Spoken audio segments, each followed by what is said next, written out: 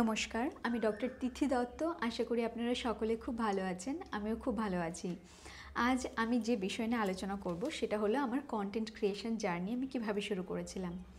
এই সম্পর্কে আমি বহু রিকোয়েস্ট পেয়েছি। অনেকেই তোমরা জানিয়েছো যে আমার এই কন্টেন্ট ক্রিয়েশনের জার্নিটা যাতে আমি তোমাদের সাথে শেয়ার করি।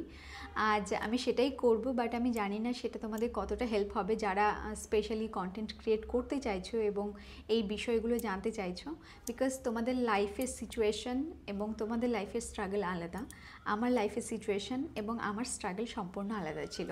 তো কন্টেন্ট ক্রিয়েশন আর কি শুরু করাটা আমি বলতে পারো যে আমি নিজের থেকে করিনি।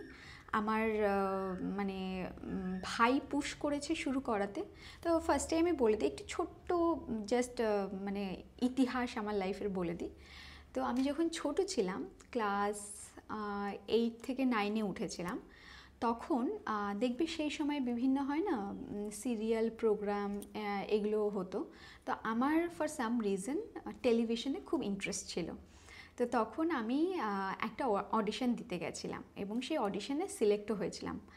সেটা আমি ক্লাস 9-এ যখন পড়ি। তো তখন আমি সিলেক্ট হওয়ার পরেও আমার মা যেতে দেয়নি, বিকজ আমার মায়ের মানে টেলিভিশন ইন্ডাস্ট্রিটা আমার মায়ের পার্সোনালি পছন্দ না। এবং আমার মায়ের মনে হয়েছিল যে এত ছোট বা এত অল্প বয়সে মেয়েকে নিয়ে কলকাতায় যাওয়া বা ওখানে মানে সেট হওয়ার মতো আমাদের সেরকম সুযোগ সুবিধে নেই। তো আমরা সেই ক্ষেত্রে ওখানে গিয়ে কাজ করাটা খুব ডিফিকাল্ট হবে। তো যাই হোক, মায়ের মতো চিন্তা ভাবনা করে বা এটাও মনে হয়েছে মেয়েকে আমি ওখানে একা ছাড়তে পারবো না, আমি নিজে যেতে পারবো না, it will be very risky. তো আমরা যেহেতু গ্রামের মানুষ, অত ব্রড মাইন্ডেড ছিলাম না তখন, বা আমার ফ্যামিলিও ছিল না, আমি খুব কনজারভেটিভ ফ্যামিলি থেকে বিলং করি। তো যাই হোক, সেই কারণে আমার মা যেতে দেয়নি। বাট আমার মনের মধ্যে হয় না সেই ইচ্ছেটা সবসময় ছিল যে আমি ক্যামেরার সামনে আসব, আমি অ্যাক্ট্রেস হব, এরকম আগে ইচ্ছে ছিল। অ্যাক্ট্রেস হব, হিরোইন হব। তো ক্লাস 9-এর পরে ক্লাস 10-এ যাই হোক আমি মাধ্যমিক দিলাম। মাধ্যমিক দেওয়ার পরে আবার 11-এ আমাদের কিছু একটা মালদাতে অডিশন হচ্ছিল, ঠিক আছে। তো সেখানে আমি লুকিয়ে লুকিয়ে অডিশন দিতে গেছিলাম এবং অডিশন দিয়ে সেখানেও সিলেক্ট হয়েছিলাম। অ্যান্ড সেখানেও আমার মা যেতে দেয়নি, বিকজ আমার মা বলেছিল যে সায়েন্স নিয়ে পড়ো, তুমি আগে পড়াশোনা কমপ্লিট করবে, বড় হবে, তারপরে এটা দেখা যাবে। এখন মানে যতদিন তুমি আমার আন্ডারে আছো, তত্ত্বাবধানে, আমার তত্ত্বাবধানে আছো, মা বাবার তত্ত্বাবধানে, ততদিন হলো আমি এটা অ্যালাউ করবো না। পরে তুমি বড় হওয়ার পরে যদি তোমার মনে হয় তখন তুমি করতে পারো। তো যাই হোক, তখনও আমাকে যেতে দেওয়া হয়নি। তো ফর সাম রিজন আমার মনের মধ্যে সেই ইচ্ছেটা হয় না চাপাই পড়ে গেছিলো। তো যাই হোক, ক্লাস 12-এর পরে তো পড়াশোনাতে খুব ব্যস্ত হয়ে গেলাম। 12-এও মানে পড়াশোনা নিয়ে খুব ব্যস্ততার মধ্যেই গেছে। যখন আমি বিসিকেভিতে ভর্তি হলাম, তখন বিসিকেভির অ্যাকচুয়ালি সেমিস্টার বা ওখানের কোর্স সিস্টেমটা, 1 minute, sorry for the disturbance. Actually এই মানে রিসেন্টলি আর কি আমি কিছু লাইফ ইন্স্যুরেন্স দেখছিলাম, যে কারণে আমার কাছে কন্টিনিউয়াসলি বিভিন্ন ইন্স্যুরেন্স কোম্পানি ফোন করছে এবং আমি বুঝতে পারছি না কোনটা কার। আমি ভাবলাম আজকে একটা ডেলিভারি হওয়ার কথা, আমি ভাবলাম সে ডেলিভারি বয় ফোন করছে, হয়তো সেই কারণে আমি রিসিভ করলাম, আদারওয়াইজ হয়তো কেটে দিতাম। Anyway, sorry. তো আমি যেটা বলছিলাম, যাই হোক, ক্লাস 12-এর পরে আমি যখন বিসিকেভিতে পড়ছিলাম, বিসিকেভির যে কোর্স সিস্টেম বা প্রত্যেকটা সেমিস্টারে যে যতগুলো কোর্স থাকে সেগুলো কমপ্লিট করে মানে আর কিছু করার মতো সময় হয় না, কারোরই হয় না, আমাদের কারোরই হয়েছিল না। এবং যখন আমি বিসিকেভিতে পড়তাম, আমি ফর এক্সাম্পল তোমাকে বলছি, ফার্স্ট ইয়ারে ফার্স্ট সেমিস্টারে আমাদের মোটামুটি প্রচুর কোর্স থাকতো, মানে প্রত্যেকটা সেমিস্টারেই কোর্স থাকতো প্রচুর, ওই 10টা 11টা করে এবং প্রত্যেকটা ভাবো তুমি ফর এভারেজ যদি 10টা সাবজেক্ট থাকে এক একটা সেমিস্টারে, তাহলে 10টা সাবজেক্টের আবার কিন্তু 6 মাসের মধ্যে 10টা ইউনিট টেস্ট হতো। সেটা একবার ফার্স্ট ইউনিট টেস্ট, একবার সেকেন্ড ইউনিট টেস্ট, মানে এরমভাবে দুটো পরীক্ষা। তারপরে এন্ড টার্ম হতো, তারপরে ভাইভা হতো, তারপরে আবার এই 10টা সাবজেক্টের প্র্যাকটিক্যাল এক্সামসগুলো হতো। তো এরম হতো যে আমরা সারা বছরই পরীক্ষা দিয়ে যাচ্ছি। তো যাই হোক, বিসিকেভিতে আমার পার্সোনালি মানে পড়াশোনার বাইরে অন্য কোনো দিকে যাওয়াটা একদমই পসিবল হয়নি, বা মাথাও খাটাতে পারিনি। সেই সময় আমি এইসব জানতামও না, সোশ্যাল মিডিয়া অ্যান্ড অল। আমি এইসবে অ্যাক্টিভও ছিলাম না, আমার কোথাও অ্যাকাউন্টও ছিল না। তো যাই হোক, তো তখন আমি পড়াশোনায় একদম ব্যস্ত ছিলাম, মত্ত হয়ে গেছিলাম। বিএসসি কমপ্লিট করেছি, তারপরে আমি এমএসসিও কমপ্লিট করেছি। দেন এমএসসি পর্যন্ত আমার আইডিয়া ছিল না যে আমি কন্টেন্ট ক্রিয়েটার হব। এমএসসির পরে আমি যখন পিএইচডিতে উঠলাম, তখন আমার ভাই ক্যামেরা কিনলো। আমার ভাই আর কি, ওর ফটোগ্রাফিতে বেশ ইন্টারেস্ট ছিল, এবং সেই সময় ও একটা ক্যামেরা কিনেছিল। এবং ও যখন ক্যামেরা কিনলো, তখন ক্যামেরা অবভিয়াসলি ও নতুন, ওকে তো আর যে কেউ আর কি ছবি তুলতে চাইবে না। তো ও আমাকে বলতো যে দিদি তুই রেডি হ, তোর ছবি তুলবো। তো ও এক্সপেরিমেন্টাল মডেল হিসাবে আমাকে নিয়েছিল, এবং আমরা ছাদে বা বিভিন্ন জায়গায় ফটোশ্যুট করতাম। এবং সেই সময়ে আমার একটা সিরিজ অফ পিকচার খুব ভাইরাল হয়েছিল, মানে খুব ভাইরাল হয়েছিল। এবং তখন আমাকে সবাই খুঁজছিল যে এই মেয়েটাকে। অ্যান্ড সেই সময়ে আমার কোথাও অ্যাকাউন্ট ছিল না, না ইনস্টাগ্রামে না ফেসবুকে।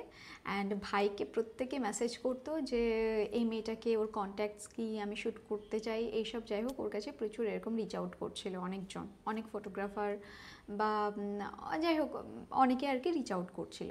তো সেই সময় ভাই প্রথমে আমাকে বললো এরম সিনারিও আছে, আমি আর ট্যাকেল করতে পারছি না, আমি তোর অ্যাকাউন্ট খুলে দিচ্ছি, তুই মানে করতে চাস না সেটা তুই বুঝবি। তো যাই হোক, ও আমার ইনস্টাগ্রাম অ্যাকাউন্ট খুলে দিল। ফার্স্ট ইনস্টাগ্রাম অ্যাকাউন্ট খোলা হলো, দেন আমি ওখানে কন্টেন্ট ক্রিয়েট করা শুরু করলাম। প্রথমে তো আমি জানি না কিভাবে কি করতে হবে। মোটামুটি আমি দেখলাম যে আমার কয়েকজন ফটোগ্রাফার আর কি আমাকে পিং করছে, তারা ফটোশ্যুট করবে জন্য, তো কিভাবে সেটা করা যায়। তো ফার্স্ট আমার মানে ফটোশ্যুট আর কি কোলাবে হয়েছিল, কোলাব ফটোশ্যুট করেছিলাম আমি দেবজ্যোতি বিশ্বাস দার সাথে। তো দেবজ্যোতি বিশ্বাস দা খুব ভালো ছবি তুলতো, আমার পার্সোনালি খুব পছন্দ। এবার আমি না এত বোকা ছিলাম, যাই হোক। তো এখন কি হয়, আমি সবাইকে দেখি শ্যুট করতে এখানে যাচ্ছে ওখানে যাচ্ছে, তো আমি না কমফোর্টেবল ছিলাম না, যেহেতু এই বিষয়গুলো আমি জানি না কিভাবে কি হয়, আমার কোনো আইডিয়াও ছিল না। তো তখন আমি ভয়ও পাচ্ছিলাম যে আমি যে যাব, আমি চিনি না, ছেলেটা যদি মানে হয় না একটা রিস্ক ফ্যাক্টর মানে কাজ করে। তো আমি কলকাতাও চিনি না, মানে আমি তো নর্থ বেঙ্গলের মেয়ে, কলকাতায় সেভাবে যাতায়াত কিছুই হয়নি। তো আমি যাই হোক, আমি ফটোশ্যুট করতে চাইছিলাম না। তো যাই হোক, সেই দাদা খুব ইন্টারেস্ট দেখিয়েছিল যে না, আমি তোমার ছবি তুলতে চাই, তুমি যদি কলকাতায় না আসতে পারো তাহলে তুমি কোথায় থাকো বলো, আমি সেখানে গিয়ে ছবি তুলে আসবো। তো তখন আমি বললাম ঠিক আছে, এইভাবে করা যেতে পারে, তাহলে আমি আমার ইউনিভার্সিটির মধ্যে থাকবো, সেফ থাকবো, এখানে আমি জানি, এরকম একটা মাইন্ডসেট ছিল আমার। তো আমি তখন ওই দাদাকে ডাকলাম, ও ইউনিভার্সিটিতে এসে আমার ছবি তুললো। সেই ছবিগুলো মোটামুটি ভালো আর কি, সেই সময় ভালো পারফর্ম করেছে। ভালো পারফর্ম করার পরে তখন আরও দু একজন রিচ আউট করা শুরু করলো। তারপরে এরকম যাই হোক, সেকেন্ড কাজ আমি করেছিলাম সম্ভবত সৌরভ পালের সাথে। সৌরভ পালও একজন ফটোগ্রাফার ছিল। তো ওর যে ওয়াইফ এখন সুস্মিতা, ও মেকআপ আর্টিস্ট ছিল, এবং ও আমাকে ফটোশ্যুটের জন্য অ্যাপ্রোচ করেছিল যে আমি মানে তোমার উপর একটা থিমাটিক আর কি মেকআপ করতে চাই এবং ফটোশ্যুট করাতে চাই। তো সেই সময় আমি আবার মানে মেকআপ আর্টিস্ট কার বাড়ি কোথায় কিছুই চিনি না, যেহেতু আমি একদম নতুন এই বিষয়গুলোতে। আর কলকাতার আমি লিটারেলি কিছু চিনতাম না, এখনও চিনি না। ক্যাব আমার অনলি ভরসা, আমি এখান থেকে ওখানে যেতে হলে ক্যাব করে যাওয়া, বা কোথাও কিভাবে যেতে হবে সেটা জেনে যাই। তো এটাই আর কি আমি চিনি, কলকাতায় আমি কিছু চিনি না আদারওয়াইজ। তো যাই হোক, তো যেহেতু আমি চিনতাম না, সাথে তখন আমার একটা দাদা আছে ইউনিভার্সিটি সিনিয়র, শুভ্র দাদা, সেই দাদাকে নিয়ে আমি সেই মেকআপ আর্টিস্টের বাড়িতে গেছিলাম শ্যুট করতে। তো সেকেন্ড শ্যুট ওইভাবে হলো। যাই হোক, এইভাবে টুকটাক ফটোশ্যুট শুরু হলো। এবং সেই সময় কিন্তু ইনস্টাগ্রামের যে ফরম্যাট ছিল তখন ওর রিলস ছিল না, তখন ফটোশ্যুটটাই হতো। তো যাই হোক, মানে আমার মনে হয় এখন ভিডিও হয়ে অনেক বেশি হয়ে গেছে, যখন ফটোশ্যুট ছিল তখন বিষয়টা অনেক বেশি সিম্পল ছিল। তো আমার ওটাই বেশি পছন্দ হতো। যাই হোক, তো তারপরে যাই হোক, এইভাবে আমি প্রথম দু একটা ফটোশ্যুট করলাম এবং সেইভাবেই আমার ফার্স্ট কন্টেন্ট ক্রিয়েট করা শুরু হলো।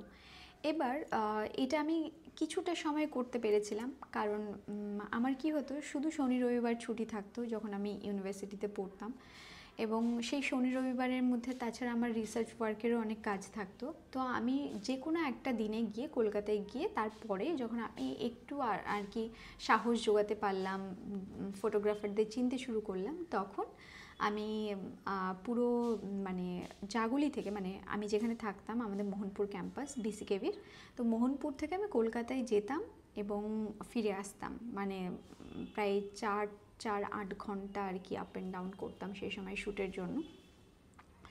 তো এইভাবে আমি শ্যুটগুলো মানে কিছুটা শ্যুট করেছি। তারপরে মোটামুটি সিনারিও এরকম হয়ে গেছিলো যে করোনা পড়ে গেল, আমরা আটকে গেলাম বাড়িতে।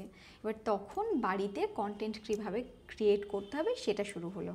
তো তখন তো ছবির টাইম, ওরকম ভিডিও হতো না, তো বিভিন্নভাবে সেজে গুজে ছবি তোলা নিজের মতো করে, এইভাবে বাড়িতে টুকটাক কন্টেন্ট ক্রিয়েট করতাম আমি। দেন এইটা হলো, কিন্তু আমার যেটা বলার আছে সেটা হলো কন্টেন্ট ক্রিয়েশনের জার্নিটা আমার ভাই ছাড়া আমার বাড়িতে কেউ সাপোর্ট করেনি। মানে সবার মনে হয়েছিল এটা কি করছে, মানে দিস ইজ রাবিশ। আমার আমার মায়ের মতে আমার মেয়ে পিএইচডি করছে, পিএইচডি করে এগুলো করবে, তো এরকম একটা ছিল। আমার মা তো প্রথম থেকেই পছন্দ করতো না আমাকে কোনো কিছুতেই, মানে এইসব হয় না এক্সট্রা কারিকুলাম যে অ্যাক্টিভিটিগুলো, সেগুলোতে কখনোই আমার মা আমাকে ইনভলভ করতো না। সবসময় পড়াশোনার মধ্যেই যেহেতু আমি একটু বেশি ফোকাসড ছিলাম, তো যাই হোক, আমি এই অ্যাক্টিংয়ের দিকে এক্সট্রা কারিকুলাম অ্যাক্টিভিটি, মানে আমি শুধু অ্যাক্টিংটাই বলছি, মিন করছি, নাচ টাচ আমি করতাম সেই সময়, সেটাতে মা সাপোর্ট করতো, কিন্তু এই অ্যাক্টিং বলো বা কন্টেন্ট ক্রিয়েশন বলো, এটাতে আমার বাড়ির কেউ আমাকে সাপোর্ট করতো না এক্সেপ্ট মাই ব্রাদার। তো আমার ভাই খুব সাপোর্ট করতো, এবং যখন আমি বাড়িতে শ্যুট করতাম তখন লুকিয়ে লুকিয়ে আমি শ্যুট করতাম। মানে আমার এখন হাসি পায়, এখন আমি যখন সবাইকে দেখি এত সাপোর্টিভ, আমার প্রত্যেকটা ফ্যামিলি মেম্বার এত সাপোর্ট করছে, তখন আমার মনে হয় একটা সময় আমি কি করেছি, একটা সময় কিভাবে করেছি। এবং হয় না, সেই সময় আমাকে বলতো, আমার মা বলতো তোর মাথা খারাপ হয়ে গেছে, ঠিক আছে, এইগুলো কেউ করে নাকি, এগুলো করে কি হবে, কি ফিউচার আছে, এই সেই, যাই হোক, এগুলো মানে আমার বাড়িতে একদমই এগুলো অ্যালাউড ছিল না, এবং আমার মা বা বাবা বা দিদিরা বলো কেউ পছন্দ করতো না।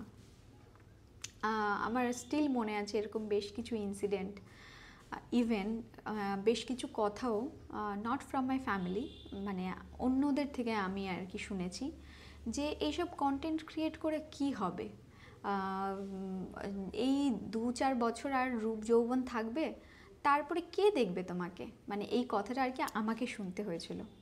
আমাকে বলেছিলেন একজন খুব বয়স্ক ভদ্রমহিলা, যার থেকে আমি এটা এক্সপেক্টই করিনি, আমি ওনাকে খুব রেসপেক্ট করতাম, বাট এই কথাটা ওনার মুখ থেকেই আমি শুনেছিলাম যে হ্যাঁ, এখন একটু রূপ আছে, দুদিন পরে না এই রূপ থাকবে না যৌবন থাকবে, তখন তো আর এগুলো করে কিছু হবে না, তখন না ওকে কেউ দেখবে না, মানে এরম আর কি নোংরা ভাষায় আর কি কথা বলেছিল।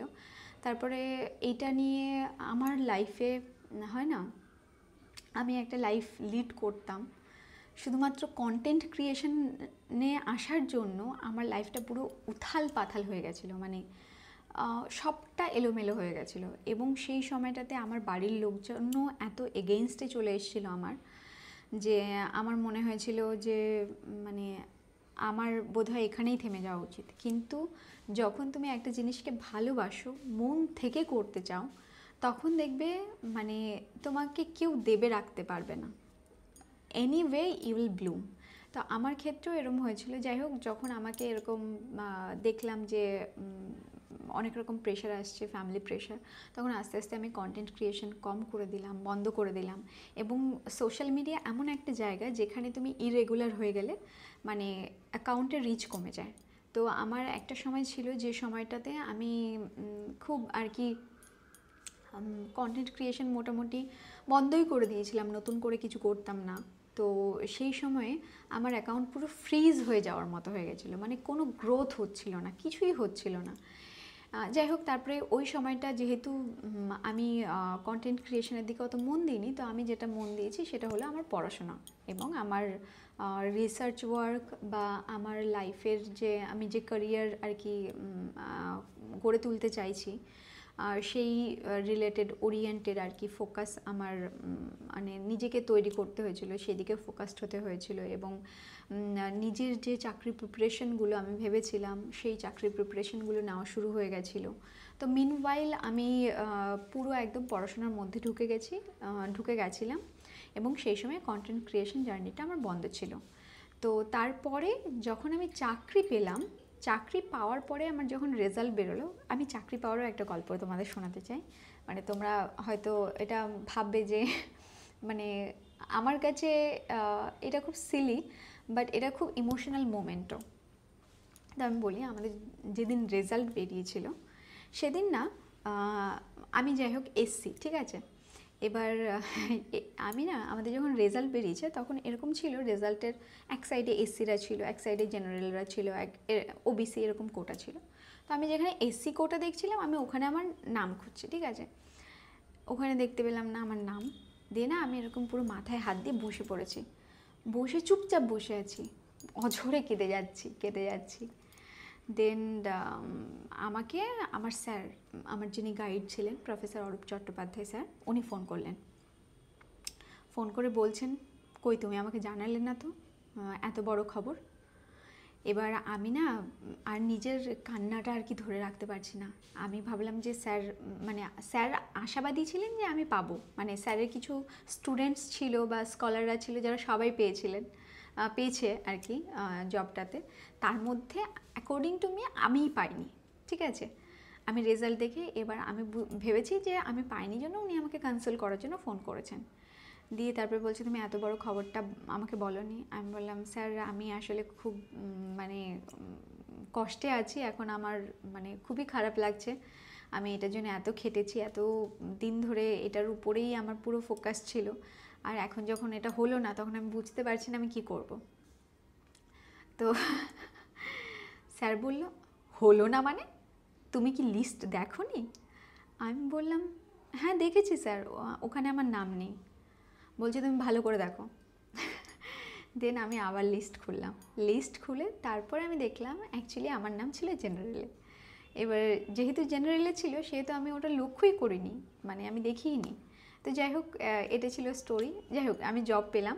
জব পাওয়ার পরে আমাদের বেশ খানিকটা সময় ছিল, ওই জয়নিংয়ের আগে একটা রেস্টিং পিরিয়ডের মতো থাকে মোটামুটি। সেই সময় ভেরিফিকেশন হয়, মানে প্রসিডিউরগুলো হয় অ্যাপয়েন্টমেন্টের। তো সেই সময় 1 বছর আবার খুব অ্যাক্টিভলি আমি কন্টেন্ট ক্রিয়েশনও শুরু করেছি। দেন তারপরে এসে এখানে যখন আমি চলে এলাম, তখন প্রথমে যে বাড়িটাতে থাকতাম সেটা একটা ফ্ল্যাট সিস্টেম বাড়ি ছিল। সেই বাড়িটা তো আমার থাকাটাই একটা লাইফের স্ট্রাগল হয়ে গেছিলো।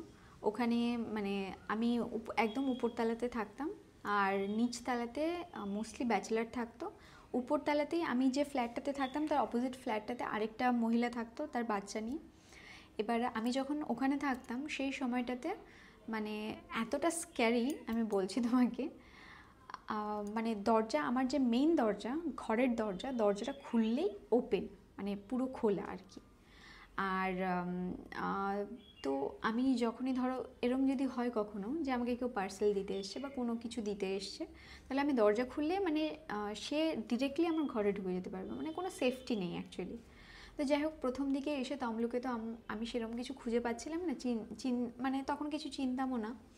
তো আমি ওই লোকটাকে, যে ওনার ছিল, তাকে আমি বলেই রেখেছিলাম যে আমি এখানে খুব অল্প সময়ের জন্য আছি, আপনার এই ফ্ল্যাটে আমি একটা ভালো কিছু পেলে আমি সেখানে চলে যাব। তো যাই হোক, ওই মানে ফ্ল্যাটের নিচতলাতে অনেক ব্যাচেলার থাকতো, এবং ব্যাচেলারগুলো আমি জানি না কারা থাকতো, আমি সবাইকে তো বলতে পারবো না বাবা কারা করতো, বাট কেউ ছিল প্রচণ্ড বাজেভাবে নোংরাম করতো, ঠিক আছে। ফার্স্টে রাত্রি 2-2-2:30টার সময় এসে ঢাকঢাক করে নক করে চলে যাচ্ছে, কখনো ডাকছে, তো এগুলো মানে আমার সেই সময়টাতে ভয়ে ঘুম হতো না। আর প্রথম দিকে আমার ভাই আমার সাথে থাকতো, কিন্তু ভাইয়ের এরকম হতো যে কখনো কখনো ভাই কলকাতাতে কাজের জন্য চলে যেত। তো ওই যে রাতগুলো থাকতো, সেই রাতগুলো ভয়াবহ আমার কাছে। এবং সামনের যে মহিলা থাকতো, সেই মহিলাও আর কি উইকেন্ডসে থাকতো না, উনি চলে যেতেন ফ্রাইডে করে চলে যেতেন। তো ওই শনি রবিবারটা আমার কাছে একদম দুর্বিষহ হয়ে থাকতো। তো যাই হোক, তখন আমি রাতে ঘুমাতে পারতাম না। তো সেই সময় আমি কি করতাম, রাত জেগে শ্যুট করতাম কন্টেন্ট ক্রিয়েশন, তখন আমি ঘরের মধ্যেই করতাম। তো তখন এইভাবে চাকরি পাওয়ার পরে এখানে আর কি শুরু হয়েছিল কন্টেন্ট ক্রিয়েশনটা ওইভাবেই, যেহেতু আমার রাতে ঘুম হতো না, তো সেটাকে ইউটিলাইজ করার জন্য আমি শ্যুটগুলো করতাম। আর সেই সময় আমার কাছে কোনো ব্র্যান্ডেড কাজ ছিল না, বা ব্র্যান্ডের কোনো কাজ ঢুকতো না, বা আমার কাছে কোনো বুটিক রিচ আউট করতো না তাদের শাড়ি ফিচার করার জন্য। মানে তখন আমার কাছে লিটারালি কিছু ছিল না, অনলি আমি কি করতাম, আমার কাছে যা কিছু আছে সেটাকে বিভিন্নভাবে মানে শোকেস করা, বা সেটাকে যাই হোক মানে এই রিলেটেড কাজগুলো আর কি করতাম। কোনো কিছু পারচেস করলে সেটা রিভিউ দেওয়া, তো এই টাইপের কাজগুলো সেই সময় আমি করতাম। দেন ওখান থেকে যখন আমি এই বাড়িটাতে শিফট হলাম, 2-3 মাস পরেই এই বাড়িটাতে আমি শিফট হয়ে গেছিলাম। এই বাড়িটাতেও ঢুকে প্রথম দিকে আমি, এই ঘরটাতে আমার ভাই থাকতো, তো প্রথম দিকে এই ঘরে আমি শ্যুট করতে পারতাম না। আমিও ওই ঘরে মানে ছোটো কোনোভাবে একটা সেট আপ করে শ্যুট করার চেষ্টা করতাম, যেটা খুব একটা অ্যাক্টিভলি হতো না বা ভালো হতো না। তারপরে যখন এই ঘরে আমি শ্যুট করা শুরু করলাম, এই লাইটটা, এই ঘরটা আমার কাছে বলে না মানে ব্লেসিংয়ের মতো কাজ করেছে। তো এই ঘরেই আমি যখন প্রপার লাইট কি করতে পারে লাইফে, এটাই হলো তার এক্সাম্পল। তো যখন এই ঘরে আমি দেখলাম যে না, এই লাইটটা খুব ভালো আসছে, এবং এই লাইটে তখন আমি শাড়ির ভিডিও করা মানে শুরু করলাম। এবং শাড়ির ভিডিও করা শুরু করাতে আমি দেখলাম যে না, ভালো রিচ হচ্ছে। সেই সময় যেহেতু প্রপার লাইটে কন্টেন্টগুলো ভালো আসছিল, তো সেই সময় ভালো আর কি রিচ হওয়া শুরু হলো। এবং তারপর থেকেই আমার কন্টেন্ট ক্রিয়েশন জার্নিটা অ্যাকচুয়ালি শুরু হলো। তারপর থেকেই আমি মানুষের ভালোবাসা পাওয়া শুরু করলাম, মানুষ আমাকে দেখতে শুরু করলো। দেন আমি এই আয়নাটা কিনলাম, ঘরটাকে আরেকটু সুন্দর করে ডেকোরেট করলাম যাতে আরও বেশি অ্যাস্থেটিক লাগে। তো এইভাবে ছোট ছোট ছোট ছোট স্টেপ নিয়ে মোটামুটি আমার কন্টেন্ট ক্রিয়েশনের জার্নিটা শুরু হয়ে গেছিলো। তো তোমরা অনেকেই আমাকে জিজ্ঞেস করো, দিদি তোমার কাছে কি প্রথম থেকেই আইফোন? না, আমার কাছে প্রথম থেকে আইফোন ছিল না। একদম প্রথমে আমার কাছে ছিল মাইক্রোম্যাক্স বলে একটা ফোন, আমি সেই ফোনে শ্যুট করতাম। তারপরে আমার কাছে ছিল পোকো M2 Pro বলে একটা ফোন, সেই ফোনে আমি শ্যুট করতাম।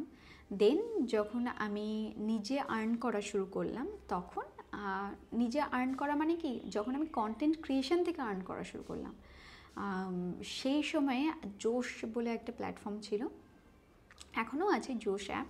তো জোশ অ্যাপের সাথে একটা মানে কাজ করতাম আমি, যে ওদের মান্থলি এতগুলো ভিডিওস আপলোড করতে হবে, তার এগেনস্টে ওরা পেমেন্ট দিত। তো ওদের ওরকম 3-4 মাস কাজ করাতে যে পেমেন্টটা আমি পেয়েছিলাম, সেই পেমেন্টটা দিয়েই আমার ফার্স্ট আর কি আইফোনটা আমার কেনা। তো এইভাবে আমার কন্টেন্ট ক্রিয়েশনের জার্নি শুরু হলো। এবং আইফোনটাও আমার কাছে মানে শুধু আইফোন কেনাতে যে আমার কন্টেন্ট ক্রিয়েশনের জার্নিটা বুস্ট হয়েছে তা নয়, আইফোনের সাথে সাথে যখন আমি আইফোনটা নিয়ে প্রপার লাইটে আর কি শ্যুট করা শুরু করেছি, তখন থেকে আমার কিন্তু অ্যাকাউন্টে রিচ হয়েছে। এবং এটা আমি তোমাকে মানে কি বলে, হরফে বলতে পারি, যে যদি প্রপার লাইটে কেউ যদি ভালো কন্টেন্ট ক্রিয়েট করে, বা তার কন্টেন্ট যদি দেখতে ভালো হয়, আই সুদিং হয়, বা কোনো ভ্যালু যদি প্রোভাইড করতে পারে, তাহলে কিন্তু সেই কন্টেন্ট প্রত্যেকটা মানুষ দেখে, এবং সেটা for some reason stand out করে। আমি জানি না আমি মানে এখনও স্ট্যান্ড আউট করেছি কিনা, বিকজ আমার পার্সোনালি মনে হয় কন্টেন্ট ক্রিয়েশনের জার্নিতে এখনও পর্যন্ত আমি সেরমভাবে কিছুই করতে পারিনি। আমি অন্যদের দেখে অনেক বেশি ইন্সপায়ার হই। আমি এখনও এক্সপ্লোর করছি যে আমি কি করতে পারি। আমার মাথার মধ্যে প্রচুর কিছু থাকে, আমি ভাবি যে এইভাবে শ্যুট করব, এইভাবে শ্যুট করব, এই জিনিসগুলোকে এইভাবে এক্সিকিউট করব। কিন্তু মানে এখানে একা তো, রান্না বান্না থেকে শুরু করে নিজের খাবার, এই যে সকাল থেকে আমি ধরো আজকে শ্যুট করছি, এখনও পর্যন্ত আমি কিছু খাইনি। মানে আমাকে যে কেউ রান্না করে এখন খাইয়ে দেবে বাড়িতে মা থাকলে যেটা হতো, তো আমি এইগুলো আর কি সাপোর্ট বলো বা সেটা আমি পাই না।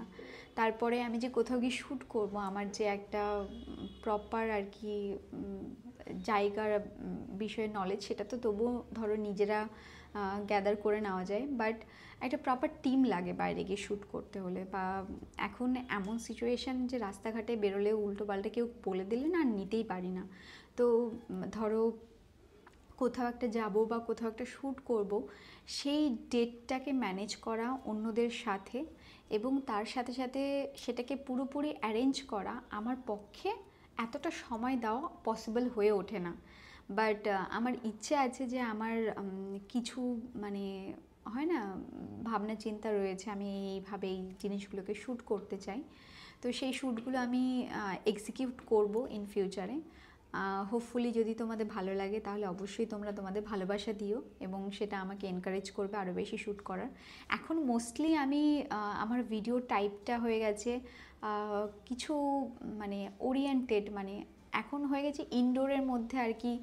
আমি তোমাদের সাথে ইন্টারাক্ট করা, তোমাদের সাথে কথা বলা, বা তোমাদের বিভিন্ন ইনফরমেশন দেওয়া রিগার্ডিং শাড়ি হোক বা অন্য কিছু হোক। বাট এটার বাইরেও আর কি আমার অনেক কিছু করার ইচ্ছে, অনেক ছোট ছোট গল্প আর কি তৈরি করার ইচ্ছে, যেটা আমি আমার হাজব্যান্ডকেও বলি যে চলো আমরা ছোট ছোট গল্প করব, মানে গল্পের আকারে শর্টস করব, যেখানে হয় না একটা ভালোভাবে হাজব্যান্ড ওয়াইফ তাদের লাইফে কী করে শান্তি নিয়ে থাকতে পারে, সেটা আর কি মানুষ পর্যন্ত পৌঁছে দেওয়া। তো এই জিনিসগুলো আমার ইচ্ছা আছে করার। আমি জানি না সেটা করা হয়ে উঠবে কি না, বাট আমার ইচ্ছে আছে, যদি ইন ফিউচারে সুযোগ হয় তাহলে করব। এখন যেহেতু আমার হাজব্যান্ডও আমার কাছে থাকে না, ওই আমাদের হয়তো মানে 2 মাসে একবার দেখা হয় 2-3 দিনের জন্য। তো সেই সময় আমরা মানে বাড়ির লোকজন বা বাড়ির যেগুলো রেসপন্সিবিলিটিস থাকে, বাজার করা বা বাইরের জিনিসপত্র কেনা, ডাক্তার দেখানো, এগুলো নিয়ে এতটাই বেশি ব্যস্ত হয়ে যায় যে কন্টেন্ট ক্রিয়েশন কি, মানে যদি তোমরা দেখো যে আমার 4-5 দিন ধরে আর কি ভিডিওস আসছে না, বা 7 দিন ধরে আমি কিছু আপলোড করছি না, তাহলে বুঝে নেবে আমি বাড়িতে গেছি। কারণ বাড়িতে গেলে আর কি আমার কন্টেন্ট ক্রিয়েশনটা একদমই বন্ধ হয়ে যায়। আমি জানি না কেন এখনও সেটা আমি ব্যালেন্স করে উঠতে পারছি না, হয়তো নতুন বিয়ে হয়েছে সেই কারণে। বাট এটা আমাকে শিখতে হবে, কারণ আমার মনে হয় যে বিয়ের পর যখন আমি অল্প কিছু দিনের জন্য বাড়িতে যাই, তখন হয় না শ্বশুর শাশুড়ির প্রতি কিছু রেসপন্সিবিলিটিস থাকে, যেহেতু আমি মানে তাদের একমাত্র পুত্রবধূ এবং বাড়িতে থাকি না, তখন আমার মনে হয় যে না, শ্বশুর বাড়িতে গিয়ে আমি সেই কদিন রান্না করি, ওনাদের জন্য ভালো ভালো রান্না করে খাওয়াই। তো এটা আমার একটু মনের ইচ্ছা হয়। তারপরে বিভিন্ন যা কিছু রেসপন্সিবিলিটিস থাকে দুই বাড়িরই, এখন তো দুবারই হয়েছে, আমার বাড়ি তো আমিই ছেলে, মোটামুটি আমার বাড়িটাও আমি সামলাই, আর এইদিকে এখন এই বাড়িতেও অনেক রেসপন্সিবিলিটিস হয়ে গেছে। তো দুই বাড়ির মোটামুটি এ বাড়ি ও বাড়ি করতে এবং দুই বাড়ির বিভিন্ন জিনিস সামলাতে সামলাতেই সময়টা আমার পুরো চলে যায়, যে কারণে আমি কন্টেন্ট ক্রিয়েশনটা সেই সময় করে উঠতে পারি না। তো যদি আমার কন্টেন্ট না আসে, তোমরা বুঝে যাবে যে তিথিদি বাড়িতে গেছে, নইলে তিথিদির বাড়িতে কেউ এসছে, মানে তার বাড়ির ফ্যামিলিরা এসছে।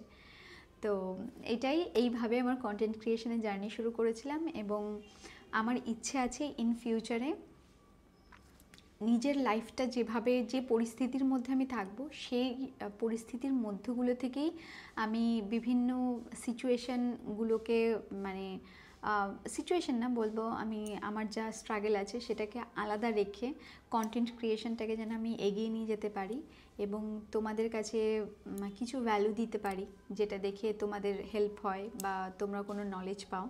তো আমি যা কিছু শিখবো, আমি আস্তে আস্তে তোমাদেরও সেগুলো শেখাতে থাকবো। আর যেখানে যেখানে যাব সেই জায়গাগুলোকে আর কি তোমাদের সামনে তুলে ধরবো, সেটা আমার চাকরি সূত্রেই যাই না কেন, সেই জায়গাগুলোকে তুলে ধরবো। এবং একসাথে আমার মনে হয় আমার যে কমিউনিটিটা হয়েছে, সেই কমিউনিটিটা একসাথে গ্রো হবে। অ্যান্ড তোমরা আমাকে যে এত ভালোবাসা দিয়েছো, তোমাদের ভালোবাসাতেই আমি আরও এগিয়ে যাওয়ার সাহস পাই। বা এত কষ্টের মধ্যেও এত এক্সস্টেড থাকি, অনেক সময় ইচ্ছে করে না শ্যুট করতে, বাট তোমাদের ভালোবাসাটাই আমাকে পুশ করে যে না, দেখো তুমি এত ভালোবাসা পাচ্ছ সবার থেকে, এই ভালোবাসাটা সবাই পায় না, তো you have to do this, you have to do that. কোনোভাবেই গিভ আপ করলে হবে না। তো তোমরা আমার কাছে অ্যাকচুয়ালি ইন্সপিরেশন আমার লাইফটাকে এগিয়ে নিয়ে যাওয়ার জন্য বা কন্টেন্ট ক্রিয়েশন করার জন্য। কন্টেন্ট ক্রিয়েশনটা সম্পূর্ণটাই এখন তোমাদের মানে ভালোবেসে বা তোমাদের ভালোবাসা পেয়েই আমার করা। তো থ্যাংক ইউ সো মাচ। আজকে আমার কন্টেন্ট এত দূরই থাকলো, এখানেই শেষ করলাম। তোমরা সকলে ভালো থেকো।